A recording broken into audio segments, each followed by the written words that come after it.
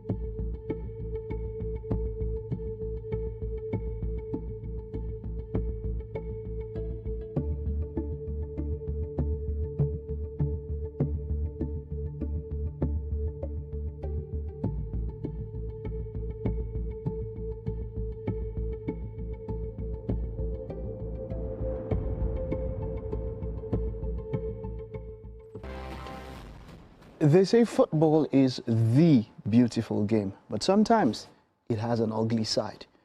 Now, throughout FIFA World Cup history, some of the biggest footballing nations have also built a reputation for pushing the limits of the laws of the game. Now, Brazil, Argentina, and Cameroon rank amongst the countries with the most red cards at the World Cup, not necessarily because they are the dirtiest teams, but because they've consistently gone deep into tournaments and played more matches than most nations. Cameroon, however, has earned a special reputation. The indomitable Lions have produced some unforgettable moments, but also some unforgettable dismissals, being one of the most red-carded teams in World Cup history. Argentina's fiery passion has often spilled over into heated clashes, with famous incidents involving players like Diego Armando Maradona, Claudio Caniga, and Leandro Cufré adding to their disciplinary record. Brazil, despite their flair and samba football, have also seen their fair share of sending-offs over the decades. And then there's the infamous 2006 Battle of Nuremberg between Portugal and the Netherlands, a match that produced 16 yellow cards and 4 red cards, making it the most ill-tempered game in World Cup history. The lesson? At the World Cup, talent wins matches, but discipline wins tournaments, because one reckless challenge, one moment of frustration, or one red card can bring a nation's dream to an abrupt end. In football's biggest competition, keeping 11 players on the pitch is sometimes just as important as putting the ball in the back of the net. The current FIFA World Cup, as at the round of 16, where this is what I'm talking about, already has one of the worst disciplinary records in modern history. There have been 13 total sending-offs so far, with all 13 being straight red cards. Now, this is already far more than the entire 2018, which had just 4, and the entire 2022, which also had 4 combined. That makes it 8. Now, that's quite something. I mean, in the first match of the tournament, we already saw Mexico against South Africa. We already saw 2 red cards in that match. There was 1 for South Africa, there was 1 for Mexico. And that was where we knew that, boy, we are in for the ride when it comes to disciplinary. And so, there you have it. And now it's an expanded and extended World Cup. So, what would you expect? That would happen. Now, moving on from that, football stars are known for their dazzling fans on the pitch, but some of the biggest stars at this FIFA World Cup are also making noise in the music industry.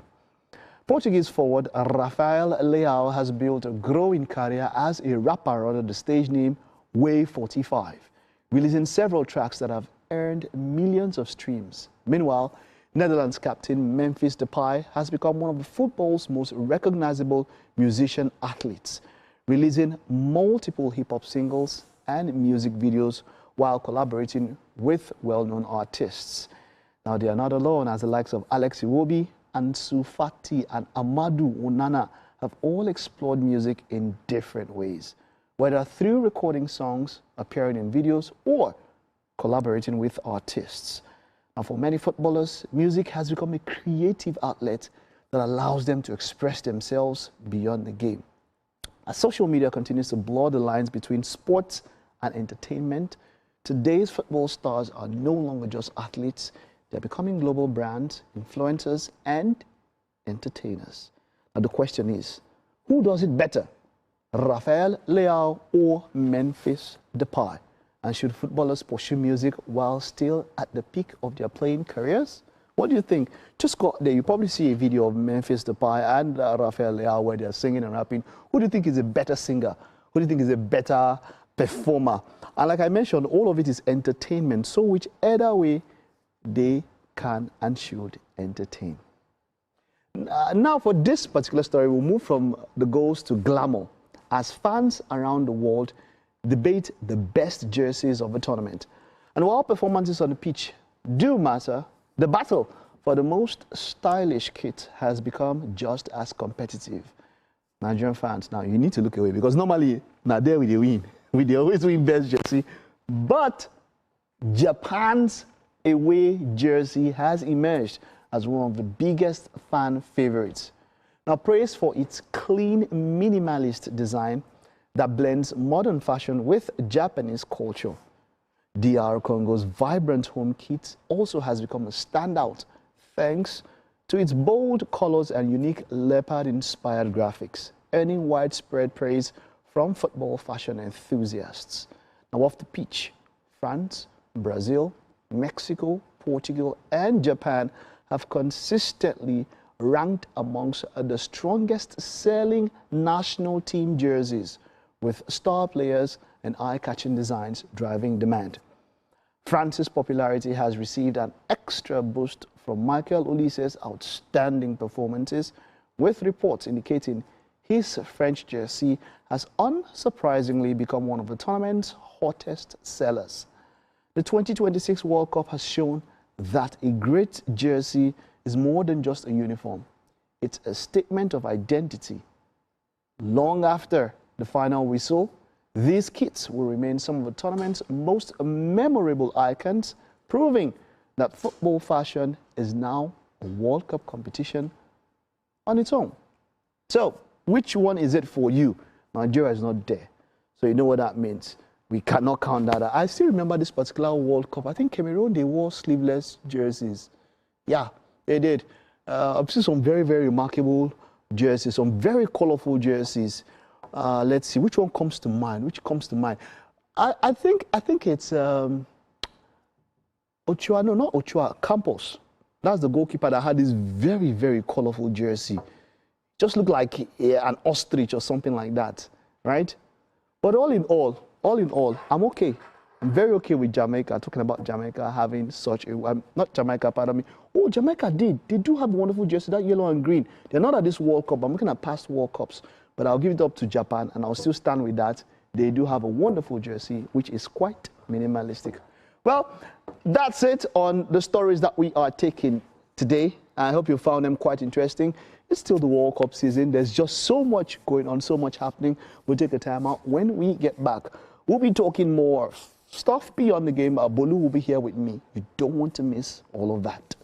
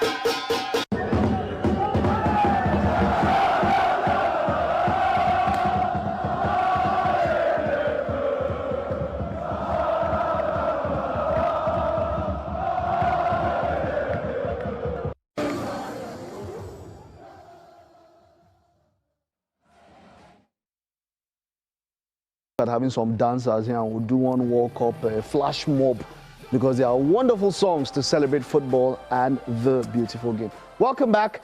Quite an interesting discussion that we have. Now, racism at the World Cup has sparked global outrage, with FIFA's social media protection service revealing an alarming 13-fold increase in online racial abuse.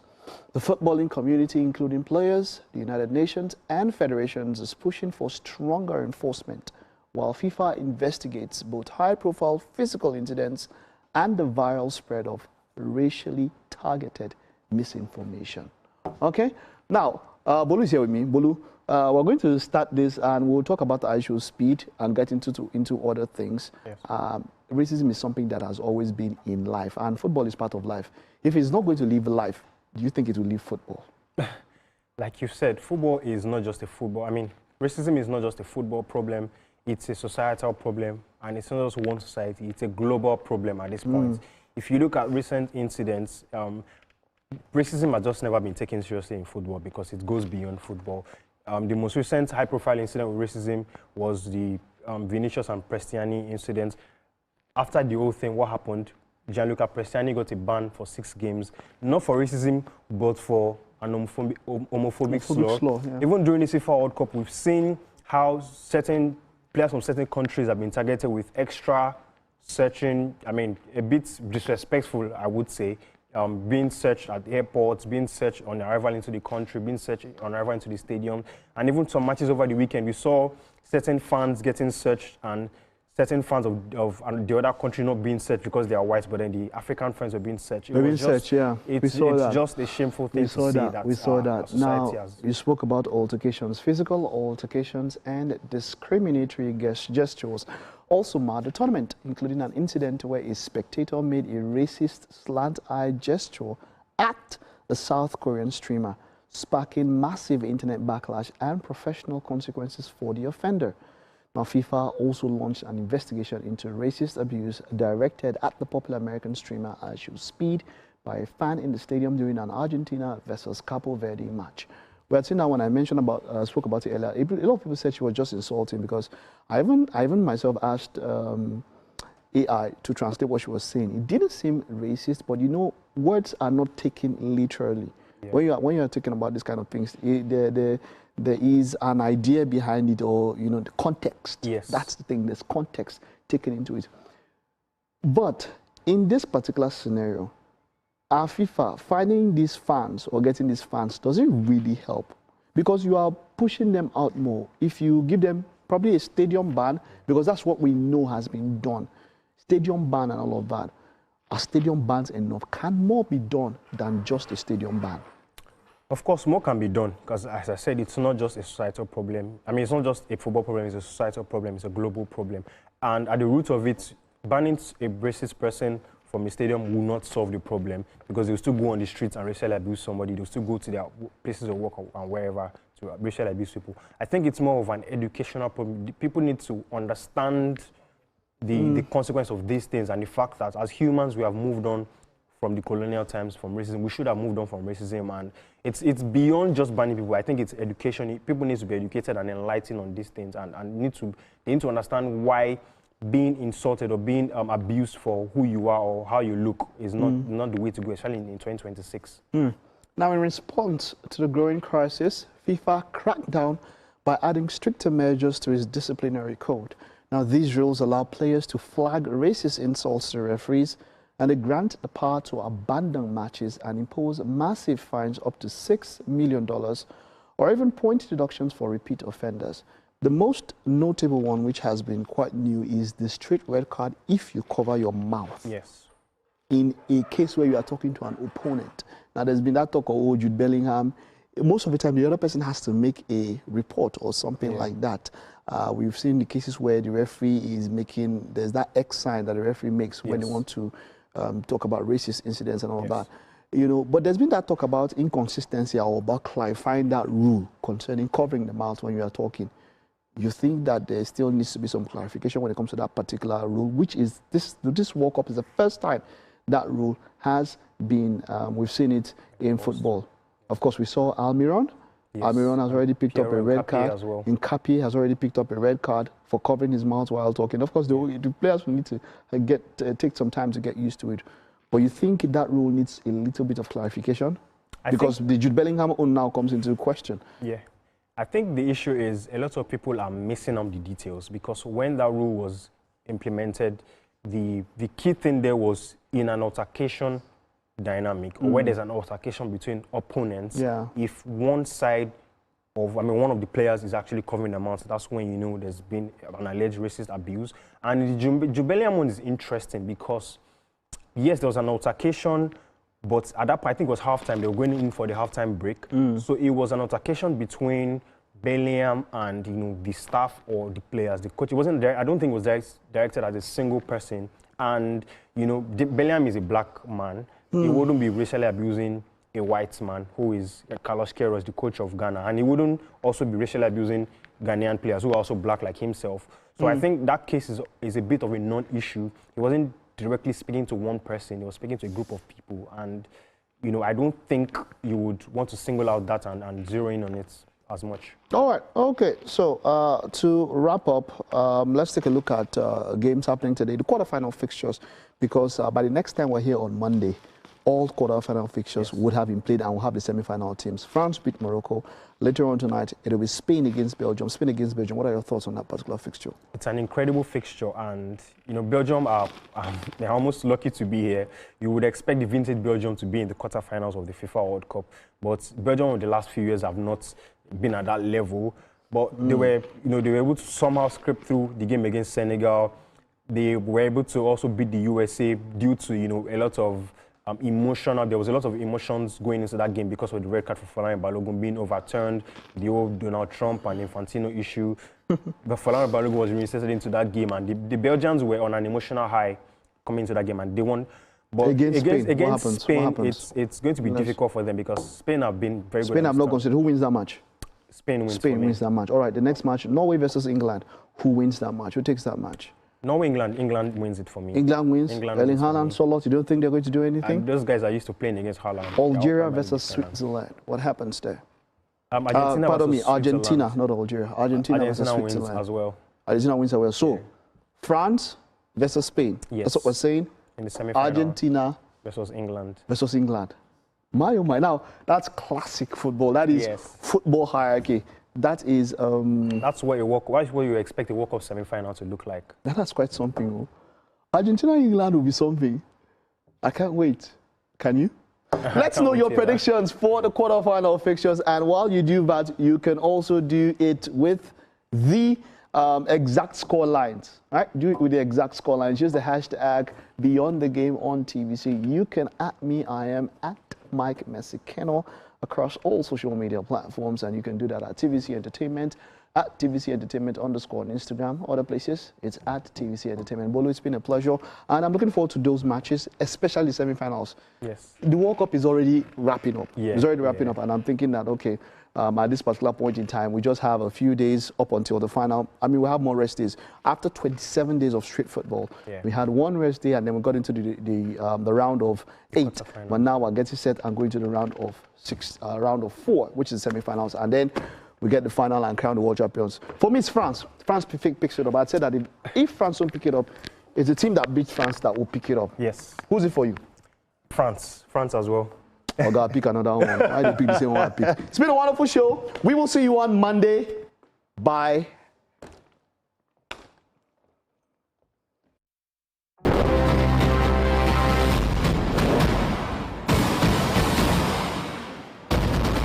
Entertainment. Just found a new home. Your favorite shows, your biggest stars. Now closer than ever. TVC Entertainment. Now on DSTV channel 164. TVC Entertainment. Something for everyone.